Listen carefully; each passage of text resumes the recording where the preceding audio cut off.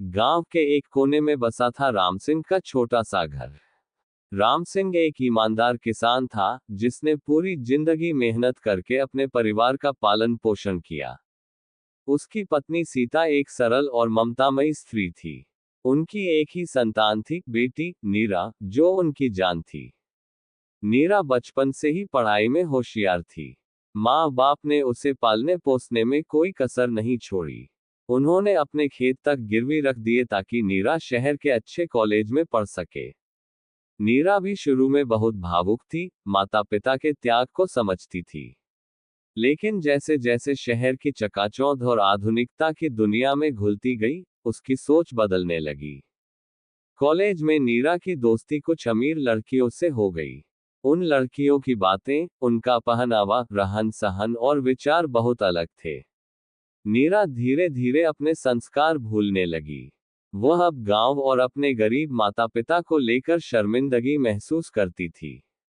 एक दिन उसने फोन पर माँ से कहा, माँ प्लीज अब मुझे फोन मत किया करो। जब तुम गांव की भाषा बोलती हो तो मेरे दोस्त हंसते हैं। सीता ये सुनकर रो पड़ी।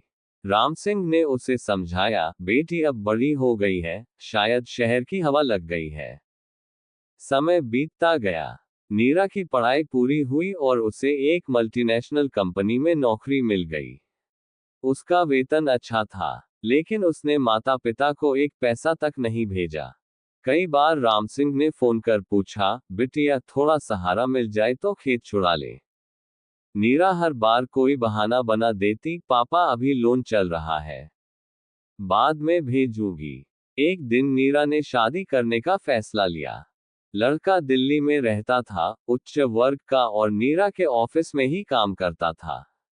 नीरा ने घर पर किसी को नहीं बताया, खुद ही कोर्ट मैरिज कर ली। जब राम सिंह और सीता को इस बात का पता चला तो जैसे उनके पैरों तले जमीन खिसक गई। वे लड़की की खुशियों के लिए जीते थे, लेकिन उस दिन उन्होंने महसूस किया कि उनकी बेटी ने उन्हें अपने जीवन से पूरी तरह बाहर कर दिया है। कुछ महीनों बाद नीरा का जीवन उस लड़के के साथ वैसा नहीं रहा जैसा उसने सोचा था। पति स्वार्थी निकला और ससुराल वालों ने दहेज के लिए ताने देने शुरू कर दिए। अब नीरा को अपने माता पिता की याद आने लगी। उसने कई बार कॉल किया, लेकिन राम सिंह ने बात करने से इनकार कर दिया। माँ ने सिर्फ इतना कहा, जिस दिन तूने हमें शादी में बुलाने लायक नहीं समझा, उसी दिन हमारी परछाई भी तेरे जीवन से हट गई थी। नीरा रो पड़ी, उसे अपने किए पर पछतावा होने लगा। कुछ समय बाद वह मायूस होकर गांव लौट आए। माँ बाप का सामना करना मुश्किल था, लेकिन वह जानती थी कि अगर कहीं सच्चा प्यार मिलेगा तो यही मिलेगा। जब वह घर के दरवाजे पर पहुंची तो माँ बाहर खड़ी थी। माँ की आंखों में आंसू थे, लेकिन गले लगाने में एक पल की भी देर नहीं की। राम सिंह भी बरामदे में खड़े थे, लेकिन उन्होंने नजरें फेर ली। नीरा ने रोते हुए कहा, पापा मुझे माफ कर दो। मैंने आपकी ममता, त्याग और भरोसे को ठुकरा दिया। लेकिन मुझे अब समझ आया कि असली दौलत तो आप दोनों हो। राम सिंह की आंखें भर आईं।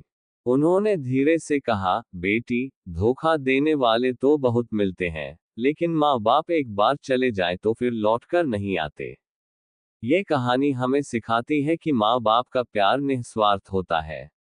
आधुनिकता, पैसे और दिखावे की दुनिया में चाहे हम कितनी भी ऊंचाई पाल लें, लेकिन अपने जड़ों को कभी नहीं भूलना चाहिए। जो हमें पालते हैं, उनका आदर करना हमारा सबसे पहला धर्म होना चाहिए।